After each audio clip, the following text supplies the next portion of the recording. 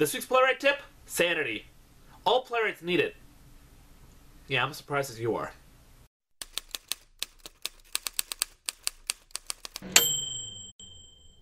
This past couple of summers actually, I got to interview a lot of theater professionals on camera and a lot of playwrights, directors, dramaturgs, and whatnot. And one thing that really resonated to me is a couple of them said that you can't make playwriting your primary focus. I mean, you can't be your end-all, be-all. You have to have something else in order to keep you sane. And I think I know exactly what they mean. I think they mean that, you know, you have to have some full-time job that fulfills you, that makes you happy, or some hobby that fulfills you and makes you happy, so that you're not fully reliant on making playwriting the thing that makes you happy. Because let's face it, playwriting has a lot of hills and valleys. Sure, you can have some success, but then have not a lot happen for a long time, and it's not the most reliable source of an income. So you really need to have a job or something that keeps you sane, keeps you happy while you do your writing. Playwright David Henry Hwang, most famous for writing, what was it, M. Butterfly, Chinglish, Yellowface. He recently got a lot of money in a prize, and it said it allowed him to focus on being a playwright and not have to do screenwriting, which everyone went, yay, it's awesome. But then, you know, they publicly announced that on Chinglish he made like $57,000, on Yellowface he made like 12. Which is like, to playwrights, wait a minute, you mean we can't make money off of this? Is it really something we can do for a living? Crap.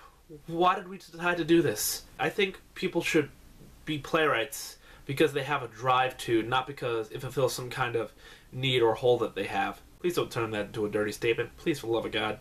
Tony Kushner, who is arguably America's best living playwright right now, doesn't make a living off of his plays, you know? Well, I think for one, community theater is not exactly jumping all over each other to produce Angels in America, both parts. But also, because it's hard to make a living off of playwriting, so he does commercials and he does screenplays. He does a lot of screenplays, actually. You look him up on IMDb, I'm just saying.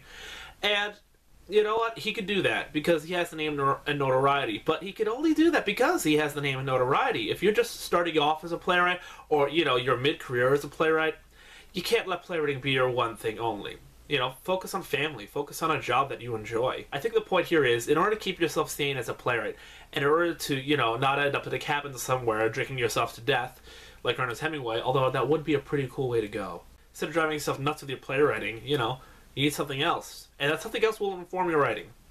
That's how you keep sane as a playwright. You have something else that, you know, you feed off of, you learn from, and that's why I think some of the best playwrights out there will be teachers. Paul Zindel, who went to my alumni list, Wagner College. He was a chemistry teacher, and he wrote a Pulitzer Prize-winning play. You know, but he was a teacher first. I think teaching helps you inform your playwriting because you're interacting with a lot of different kinds of students on a regular basis. So I highly recommend teaching. God, I miss teaching.